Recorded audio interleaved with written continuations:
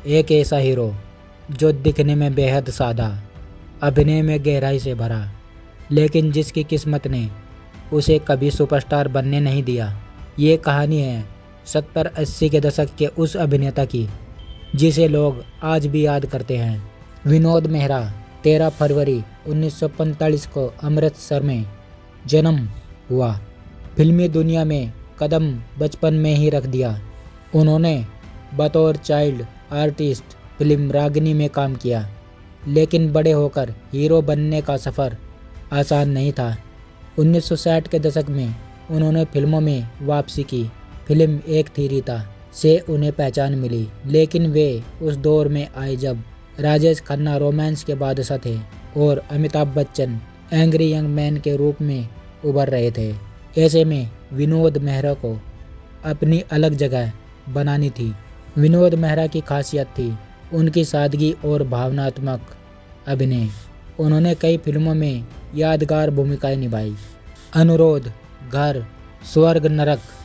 Film घर में उनका संवेदनशील पति का किरदार आज भी याद किया जाता है। विनोद मेहरा का नाम जुड़ा अभिनेत्री रेखा के साथ। मीडिया में यह खबरें आई कि दोनों ने गुपचुप शादी की थी। हालांकि इस बात की आधिकारिक पुष्टि कभी नहीं हुई। कहा जाता है कि यह रिश्ता ज़्यादा समय तक नहीं चला। यह घटना उनके जीवन का सबसे बड़ा चर्चित और विवादित हिस्सा बन गई। विनोद मेहरा की निजी जिंदगी में कई उतार चढ़ाव आए। उन्होंने 3 शादियां की। उनका दिल बेहद कोमल था। दोनों के मुताबिक वे भावुक और मददगार स्वभाव के थे। विनोद मेहरा को दिल की बीमारी थी। 30 अक्टूबर 1990 को सिर्फ 45 साल की उम्र में उनका निधन हो गया। उनकी असमय मौत ने इंडस्ट्री को झकझोर कर दिया। विनोद मेहरा के बारे में कुछ अनसुनी बातें। 1. वे असल जिंदगी में बेहद शांत और शर्मीले थे। 2. वे बड़े स्टार बनने की दौड़ में कभी आक्रामक नहीं रहे। 3. कई बार उन्हें बड़े प्रोजेक्ट से आखिरी समय में हटाया गया। 4.